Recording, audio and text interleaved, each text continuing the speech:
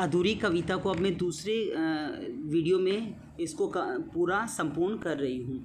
मन होता है फिर सो जाऊँ। अब कवि क्या क्या कहना चाहता है कि मेरा दिल ये करता है कि मैं दोबारा से सो जाऊँ, गहरी निंद्रा में खो जाऊँ, और इतना गहरी निंद्रा में सो जाऊँ, निंद्रा होता नींद में, इतनी गहरी नींद में सो जाऊँ कि मैं दोबारा उठने का नाम ही ना लूँ।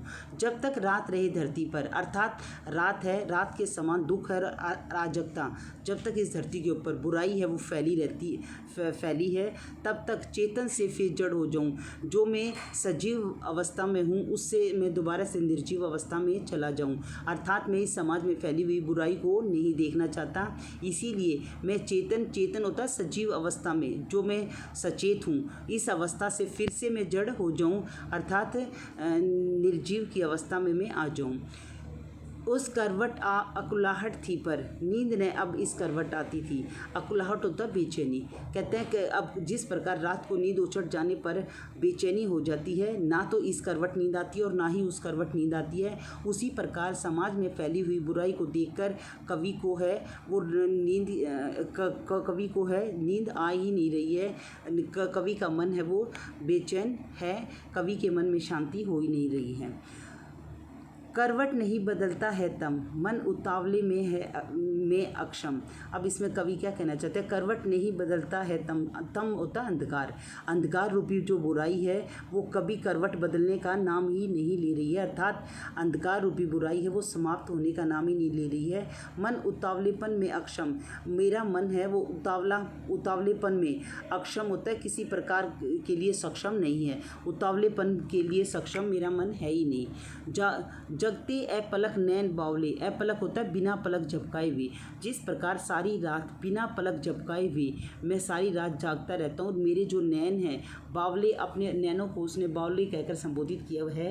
क्या कहते हैं कि मेरे जो पगले नैन हैं वो सारी रात है, मेरे पगली आँखें हैं वो सारी रात बिना पलक झपकाए हुए जागती रहती हैं, अर्थात समाज की फैली हुई बुराई को देखकर मेरी आँखें बंद होने का नाम ही नहीं ले रही हैं। थिर न पुतलियाँ निमेश गए थम, कहता है थिर होता स्थिर, मेरी पुतलियाँ हैं वो स्थिर, मेरी आँखों की पुतलियाँ हैं वो स्थिर हो गई हैं। निमेश गए न थम, निमेश होता है बिना पलक झपकाए हुए ही, मेरी आँखें हैं वो थम सी गई हैं।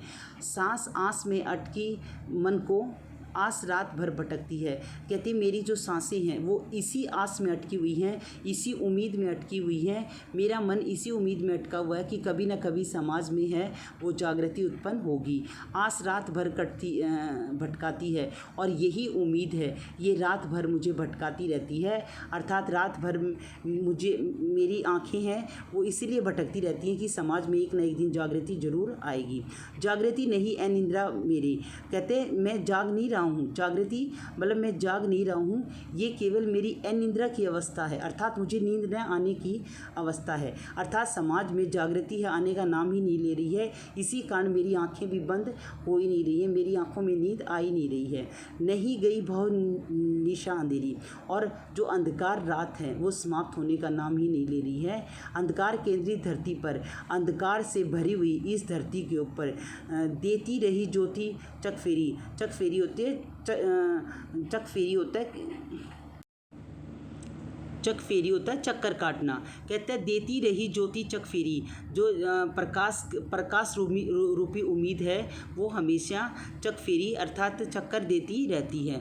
अंतर नैनों के आगे से सिला न तम की हट पाती है, मेरे जो आंतरिक मन है अर्थात मेरे मन रूपी आँखों के सामने से जो अंधकार की सिला है, अंधकार चारों तरफ जो फैला हुआ है वो अंधकार है वो हटने का नाम ही नहीं ले रहा है, अर्थात समाज में इतनी अराजकता फैली हुई है, इतनी बुराई फैली हुई है, लोग हैं वो जागृति लाने की चेष्टा कर रहे हैं, परंतु समाज में जागृति है वो आने का नाम ही नहीं ले रही है।